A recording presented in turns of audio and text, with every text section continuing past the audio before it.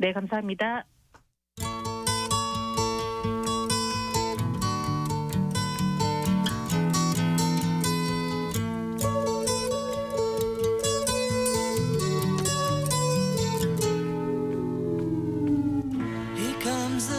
지난주 미국 연방법원이 트럼프노믹스에 제동을 걸었습니다. 펜타닐 관세 10% 보편 관세에 무역 적자국에 부과한 상호 관세가 위법이라는 판결을 내린 건데요.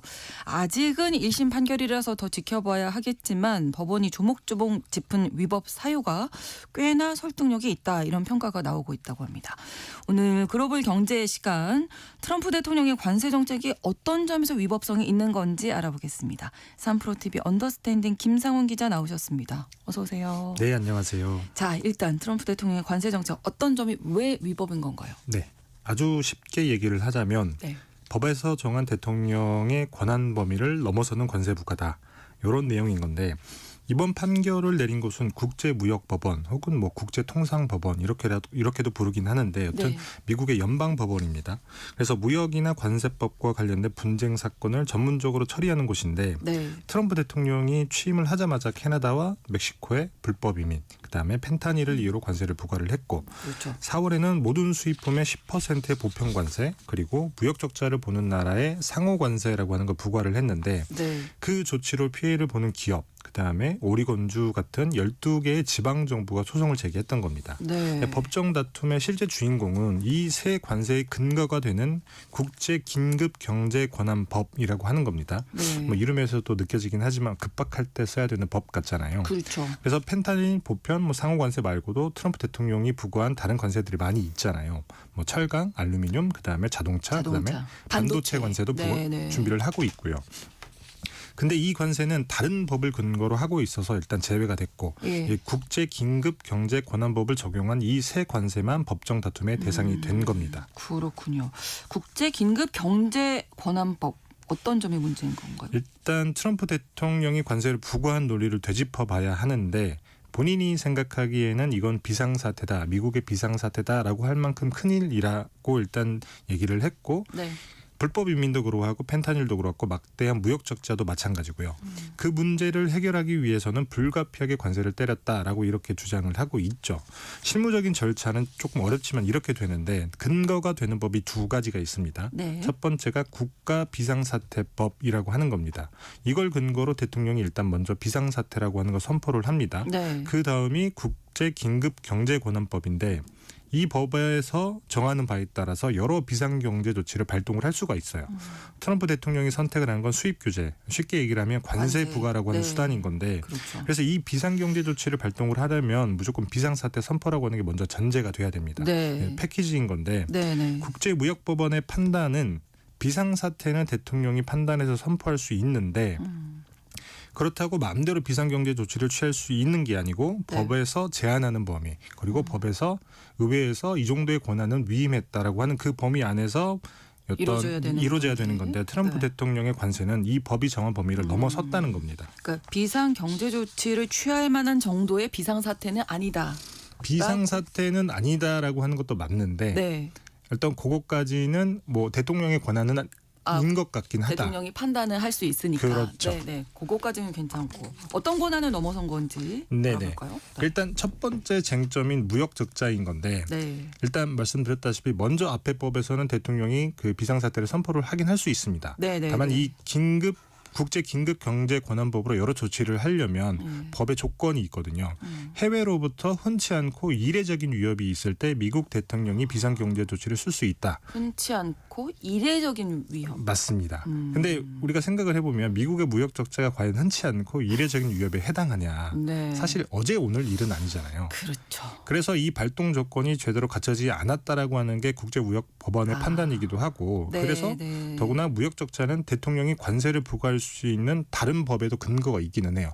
굳이 이 법을 활용해서 할 필요는 없다라는 게 법원의 판단이었고, 물론 이건 또 보는 시각에 따라서 트럼프 대통령과 같은 판단을 할 수도 있긴 한 게, 최근에 무역 적자가 심해진 건 맞기도 하고요. 그리고 여기서 끝났다고 하면 항소심에서 트럼프 대통령이 뒤집을 가능성도 있는 게, 실제로 과거에 그렇게 뒤집은 사례가 있기도 하기 때문입니다. 그 과거 사례를 좀 짚어보죠. 그러면. 1970년대 닉슨 행정부 때 뭐 비슷한 일이 벌어졌는데 네. 그때 닉슨 대통령이 1971년에 미국의 무역 적자, 그다음에 자본 유출을 이유로 국가 비상사태라고 하는 걸 선포한 뒤에 네. 금태환이라고 하는 걸 중지를 했습니다. 그래서 그때 우리가 브레튼 우주 체제가 붕괴가 됐다 이렇게 알고 있는데 네. 그다음에 모든 수입품에 10%의 관세를 부과한 적이 있어요. 당시에 피해를 봤던 요시다 인터내셔널이라고 하는 옷에 쓰이는 지퍼를 수입하는 기업이에요. 네. 이 기업이 닉슨 행정부를 상대로 소송을 제기를 했습니다. 그래서 1심에서 요시다 인터내셔널이 이겼어요. 예. 근데 결국 항소심이 이걸 뒤집고 닉슨 행정부의 손을 들어준 적이 있습니다. 그래서 이 판례가 이번 판결을 이해하고 또 예측하는데 아주 중요한 판결이 되는 겁니다. 저희도 짚어봐야 되겠네요. 네. 어떻게 이기게 된 건지 닉슨 행정부가. 일단 오늘 조금 어렵기는 합니다만 이 요시다 케이스를 제대로 이해하려면 1917년까지 조금 거슬러 올라가야 돼요. 또 앞으로 가야 되는 맞습니다. 예. 당시는 제1차 세계대전이 벌어지던 때이고 그렇죠. 1917년 같은 경우에는 미국이 독일을 대상으로 선전포고를 한 뒤에 전쟁에 뛰어들었던 해입니다. 당시에 우드로 윌슨 미국 대통령이 의회에 이런 요청을 하는 거예요. 전쟁이라고 하는 게 사실 총칼로만 싸우는 건 아니잖아요. 경제를 옥죄는 것도 사실 전쟁의 한 양상인 건데 그렇죠. 그래서 독일의 제품이 수입되는 것도 막아야 되고 그다음에 독일 기업이 미국에 가지고 있는 자산도 동결을 해야 되는데 사실 민주주의 국가에선 이걸 대통령이 마음대로 할 수가 없습니다. 의회의 승인을 얻어야 되는데 그렇죠. 근데 일일이 매번 허락받기가 매우 번거롭잖아요. 네. 그래서 적성국을 대상으로 한 경제 제재나 혹은 재산권 침해는 대통령이 바로바로 할 수 있도록 의회의 권한을 위임하는 법을 만들어 달라라고 이렇게 요청을 합니다. 네. 그래서 그때 만들어진 게 이름이 조금 무섭긴 한데 적성국 교역법이에요. 그래서 이 법이 그렇게만 쓰였으면 되는데 전쟁이 끝나고도 계속 남아 있었던 거예요. 그래서 이 법을 미국 대통령들이 필요할 때마다 가져다 씁니다. 대표적인 사례가 프랭클린 루즈벨트 대통령인데 네. 대공황을 명분으로 비상사태를 선포하고 전국의 은행에 휴업일도 강제로 정하고 네. 금이 부족하다면서 개인의 금 보유를 금지하기도 합니다. 적성국이 있어야 되는데요. 그렇죠. 전시도 아니고 적성국도 아닌 자국민을 대상으로 이런 조치를 하는 게 맞냐라는 비판이 당시에도 나왔었는데 네. 이런 일이 계속 이어지다는 겁니다. 사실 트럼프 대통령 다른 법을 이용한 거잖아요. 맞습니다. 그 사이에 이제 좀 뭐가 변화가 많았었나 봐요. 그렇죠. 네. 사실 계속 이 적성국 교육법을 미국 행정부가 쓰다가 네. 닉슨 행정부 때 결정타가 나오는 건데 앞서 소개를 했듯이 1971년에 적성국 교육법을 근거로 관세를 부과를 했었는데 네. 법원이 닉슨 행정부의 손을 들었다고 말씀을 드렸잖아요. 네. 그러자 미국 내부에서도 자성의 목소리가 커집니다. 이게 과연 삼권이라고 하는 걸 분립해놓은 민주주의 국가에서 대통령이 저렇게 폭주하도록 두는 게 맞냐 이런 논란이었는데 그래서 미국 의회에서 이 적성국 교육법을 쪼개버립니다. 그래서 일단 1974년에 무역법이라고 하는 걸 만들어서 네. 과도한 국제수지 적자를 볼 때는 150일이라고 하는 기한 내에서 대통령이 의회 승인 없이 관세를 부과할 수 있다. 이런 법을 하나 만들고요. 그리고 1976년에는 국가 비상사태법이라고 하는 걸 만들어서 대통령이 비상사태를 선포를 할 수 있지만 국회가 이걸 종료할 수 있다라고 하는 견제 조항을 집어넣습니다. 그리고 마지막으로 오늘 주인공인 1977년에 국제 긴급 경제 권한법을 만들어서 비상사태가 선포가 된 경우에 관세 부과 같은 비상경제 조치를 대통령이 빠르게 할 수 있도록 권한을 위임하는 법을 만든 겁니다. 네. 핵심은 대통령의 남용을 막고 의회가 견제할 수 있는 장치를 집어넣은 거였습니다. 그럼 지금 트럼프 대통령의 이 관세 정책도 의회가 막을 수 있는 장치는 있는 거였네요. 뭐 그렇다고도 볼 수 있기는 한데 그래서 네. 실제로 5월 초에 상원에서 이걸 종료하자라고 하는 안건이 표결에 붙여지기도 했습니다. 근데 상원과 하원 모두 공화당이 과반을 그렇죠. 장악했잖아요. 그렇죠. 근데 그럼에도 불구하고 표가 49대 40으로 나왔어요. 공화당 의원 3명이 찬성적으로 붙었기 때문인 건데 공화당에서도 트럼프 대통령 관세를 반대하는 사람이 있다는 얘기잖아요. 뭐 아슬아슬했다라고도 볼 수 있지만 문제는 설사 상원에서 비상사태를 종결하자라고 하는 안건이 통과가 됐고 하원에서 통과가 됐다고 하더라도 트럼프 대통령이 선포한 비상사태는 또 의회가 종결할 수가 없는 상황이기도 합니다. 법 안에 있다면서요. 종료시킬 맞습니다. 수 있다면서요. 의회가. 미국이라는 나라가 정말 법치주의 국가라고 하는 게 적성국 교육법과 비교를 하면 견제와 균형의 원리가 들어간 새로운 법 체계가 만들어진 건 맞는데 그렇죠. 근데 그 법만 따로 떼놓고 보면 헌법에서 정한 상권 분배의 원칙이 지켜지지 않았다. 그래서 의회 견제 장치가 무력화된 사건이 또 터집니다. 1983년에 있었던 차다 케이스라고 하는 사건이거든요. 사건 자체는 사실 관세와는 전혀 상관이 없습니다. 인도계 케냐인 차다라고 하는 인물이 학생 비자로 미국에 입국을 했는데 불법 체류 상태가 됩니다. 네. 그래서 미국 이민청이 추방 대상자로 지정을 했는데 봤더니 특별한 이유가 있다 이건. 그래서 추방 면제 판정을 내리는데 네. 근데 하원에서 단독 결의로 이 추방 면제 결정을 뒤집어 버린 거예요. 그래서 의회가 이민법과 관련해서 단독 결정 권한이 있다라고 하는 게 의회의 주장이었는데 근데 연방법원에서 이렇게 판단을 내린 겁니다. 미국 헌법에는 의회의 입법 행위가 효력을 가지려면 상하원의 표결을 통과하고 대통령의 서명까지 있어야 된다.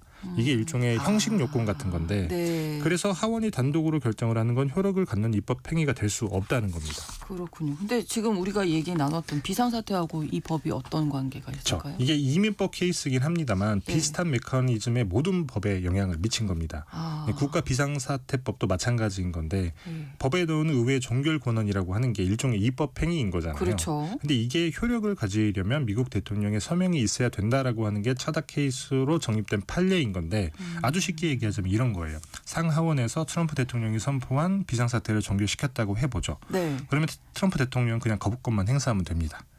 그러면 바뀌는 게 아무것도 없는 거예요. 그러네요. 그래서 대통령이 남용한다라고 해서 기껏 바꿔놨더니 얼마 안 돼서 돌아와부터 우리 된 셈인 건데 물론 그렇다고 하더라도 의회에서 의결 종족수 3분의 2 이상 표를 확보를 하면 밀어붙일 수 있기는 합니다. 다만 양당 체제인 미국에서는 사실 물리적으로 불가능하고 네. 실제로 이게 발동된 사례가 그 유명한 워터게이트 특별검사법 이런 아주 소수의 사례밖에 없기도 합니다. 자, 이렇게 되면 법원이 문제 삼을 방법이 지금 뭐 없는 게 그렇죠. 아닌가. 그래서 사실 이 소개해드릴 두 번째 쟁점이 매우 중요한 건데 트럼프 네. 대통령이 부과한 관세는 미국 의회가 위임한 권한의 범위를 넘어섰다. 이게 그 법원의 판단이라고 처음에 말씀을 드렸잖아요. 네. 미국 헌법 1조 1항이 이렇게 쓰여 있습니다. 모든 입법권은 의회에 속한다. 관세 부과도 입법 행위거든요. 그래서 이 입법권을 의회가 법률로서 대통령에게 위임을 하는 건데 네. 다만 이 권한 위임에는 그걸 제한하는 기준이 있어야 한다. 네. 그냥 대통령에게 주고 싶다고 줘버리면 그럼 안 되죠. 사실 그렇죠. 삼권 분립이라고 하는 민주주의 기초가 흔들릴 수 있기 때문에 그렇죠. 이걸 법률 용어로 조금 어렵기는 합니다만 비위임 원칙이라고 합니다. 네. 그걸 제한하는 기준도 명확하게 해야 되는데 설사 모호하게 쓰여 있다고 하더라도 행정부가 이걸 자의적으로 해석해서는 안 된다라고 하는 법리도 있습니다. 그러니까 함부로 쓰지 못하게 하는 거잖아요. 계속 맞습니다. 제한을 두는 그렇죠. 거잖아요. 네. 그래서 이 두 가지를 모두 어겼다라고 하는 게 국제무역법원의 판단인 건데 실제로 판결문에 이렇게 적혀 있기도 합니다. 대통령이 필요하다고 생각하는 어떤 관세도 선언만으로 부과할 수 있다라고 하면 이건 헌법상 허용될 수 없는 입법권의 위임이다. 네네. 자, 그러면 1971년으로 돌아가서 닉슨 행정부 때는 항소에서 이겼잖아요. 행정부가. 그렇죠. 그때는 어떻게 이긴 거예요? 그래서 이 사실 요시다 케이스가 이번 판결을 꿰뚫는 핵심이자 예측할 수 있는 가장 좋은 근거가 되는 건데 예. 그 닉슨 행정부 당시에 판결을 내렸던 1심 법원도 이번 1심과 똑같이 판단을 내렸습니다. 이 비위임 원칙이라고 하는 게 지켜지지 않았다라고 하는 건데 네. 근데 항소심에서 이걸 뒤집었던 이유가 뭐였냐면 무역수지 균형을 회복하기 위해서 150일 이내라고 하는 아주 제한적인 방법으로 닉슨 행정부가 관세를 부과했다. 그러니까 요거는 위임했는데 위임할 때 제한적인 기준을 뒀기 때문에 요거는 닉슨 행정부가 합법적으로 권한을 행사한 게 맞다라고 네. 그때 판단을 내렸던 거예요. 그래서 지금 트럼프 대통령이 기한 없이 그다음에 무역 적자를 보는 모든 나라에게 징벌적으로 관세를 부과한 것과는 굉장히 많이 달랐다는 거죠. 그러네요. 그래서 이번 1심 재판부도 판결문에 이 요시다 케이스를 아주 명확하게 언급을 하고 있습니다. 그래서 요시다 판례에 비추어 봐도 국제 긴급 경제 권한법에 근거한 트럼프 행정부의 관세 부과는 이런 제한된 기준이 없고 그렇기 때문에 이거는 남용이 맞다라고 이렇게 보고 있는 것이죠. 조금 복잡하고 어려운 내용이긴 하지만 잘 따라오셨다면 맞습니다. 항소심에서 트럼프 대통령이 그러면 이기기가 쉽지는 않겠다. 일단 이번 판결문을 보게 되면 제한적이지 않잖아요. 그렇죠. 네. 근데 뭐 사실 법원의 판단이 어떻게 나올지는 사실 아무도 모를 일이라 장담하기는 어렵긴 합니다만 여튼 겉으로 드러난 법리로만 볼 때는 트럼프 대통령이 이기기는 쉽지 않아 보인다. 다만 그럼에도 불구하고 트럼프 대통령 입장에서는 이번 소송에서 절대 지면 안 되거든요. 그렇죠. 왜냐하면 관세 부과라고 하는 거는 트럼프 대통령의 감세 정책이랑 또 맞닿아 있습니다. 맞습니다. 지금 의회에서 굉장히 논란이 되고 있는 하나의 크고 아름다운 법안. 사실 모스크도 굉장히 비판을 많이 하기도 했죠. 그래서 이 감세와 일자리 정책을 담은 법안인 건데 근데 감세를 하려면 그만큼 막대한 세 수입이 있어야 되잖아요. 그렇죠. 그게 바로 보편 관세, 그다음에 상호 관세인 건데, 근데 여기서 진다? 그러면 큰일이죠. 트럼프노믹스의 근간이 흔들리기 때문에 네네. 그래서 사실 트럼프 행정부에서 뭔가 크게 반격을 하긴 할 텐데 어떻게 네. 반격을 할지 관심이 쏠리고 있는 겁니다. 예. 잘 따라오셨는지 모르겠습니다. 조금 많이 어렵죠. 예, 어렵지만 좀 이해는 많이 된 것 같아요. 맞습니다. 이 전체적인 상황에 네. 대해서 좀 지켜봐야 될 것 같습니다. 글로벌 경제 오늘 3프로 TV 언더스탠딩 김상원 기자와 함께했습니다. 고맙습니다. 네, 감사합니다. 뉴 레디컬스의 You Get What You Give 전해드리면서 KBS 일라디오 신성원의 오늘 세계는 마치겠습니다. 내일 오전 11시 5분에 다시 뵙겠습니다. 고맙습니다.